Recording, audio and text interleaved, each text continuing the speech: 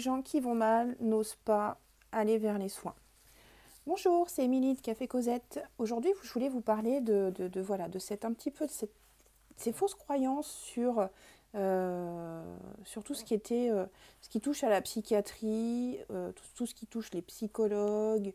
Ça fait peur. Alors, il faut savoir que tout ça, ça date d'il y a très longtemps, de l'époque où on mettait les lépreux dans alors ce qu'on appelait des hôpitaux. Non, c'était pas des hôpitaux, hein. On mettait les lépreux dans un... Bon, déjà, on les éloignait de la ville, on les renfermait tous ensemble, histoire qu'ils ne se mélangent pas avec les autres. Et puis quand la lèpre a disparu, on avait des bâtiments immenses et on n'a pas su quoi en faire. Du coup, on s'est mis à y mettre un peu tout. Les prostituées, les déficients mentaux, les fous. Et c'est là que sont apparus les asiles. Alors forcément, déjà, voilà, c'était quelque chose qu'on cachait, qu'on mettait à l'écart. C'est comme ça qu'est née la psychiatrie. Donc forcément, c'est un lourd passé à porter aujourd'hui. La psychiatrie, c'est quoi? C'est tout ce qui touche au psychisme. C'est pas uniquement être schizophrène, bipolaire, avoir des hallucinations auditives.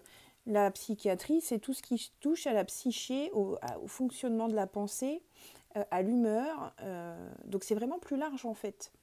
Donc les psychiatres ont mauvaise presse, les psychologues un peu moins, mais bon, il y a encore beaucoup de personnes qui se disent non mais moi ça va pas, j'ai pas le moral, mais je veux pas aller voir un psy, je suis pas fou.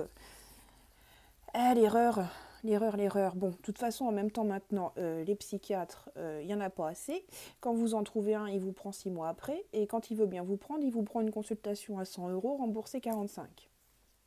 Alors déjà, ça freine. La psychologue, bon, c'est pareil, ou les psychologues, pardon, c'est une population majoritairement féminine, mais il y a aussi des hommes. Psychologue, c'est pareil, c'est compliqué de trouver un rendez-vous, il y a beaucoup d'attentes. Donc voilà. Donc moi, l'idée, c'était de vous créer un café bien-être pour ouvrir un petit peu les portes de tout ce qui touche au bien-être, mais qui touche aussi, ça passe aussi du coup par la psyché, en fait, par les humeurs et l'état d'esprit.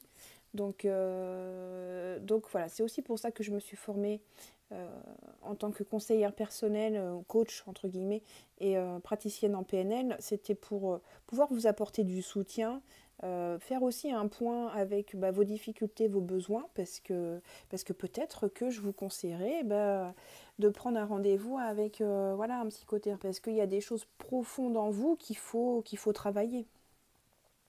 Je voulais aussi vous parler de la différence entre la psychothérapie et le coaching. C'est quoi? La psychothérapie ou la psychanalyse, ou ça pour moi c'est pas tout à fait pareil, mais bon bref, on va vulgariser. Tout ça, ça s'intéresse au pourquoi ça va pas aujourd'hui. Pourquoi vous avez mal, pourquoi vous êtes bloqué, voilà. Mais ça répond au pourquoi. Le coaching ou le développement personnel, ce que je vous propose moi, ça va s'intéresser à comment je surmonte ça. C'est-à-dire que, et les deux peuvent être complémentaires, c'est ça qui est fort en fait, c'est que un va travailler sur pourquoi je vais pas bien, mais moi je vais travailler sur ok, tu vas pas bien, qu'est-ce qu'on met en place pour arranger ça.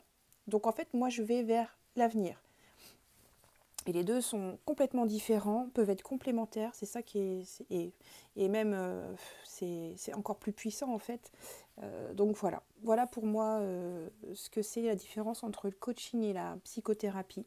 C'est pas la même chose, ça peut être complémentaire. En fonction des problématiques, l'un n'ira pas sans l'autre.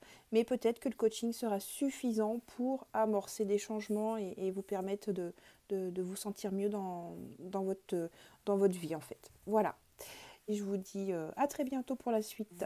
Ciao ciao.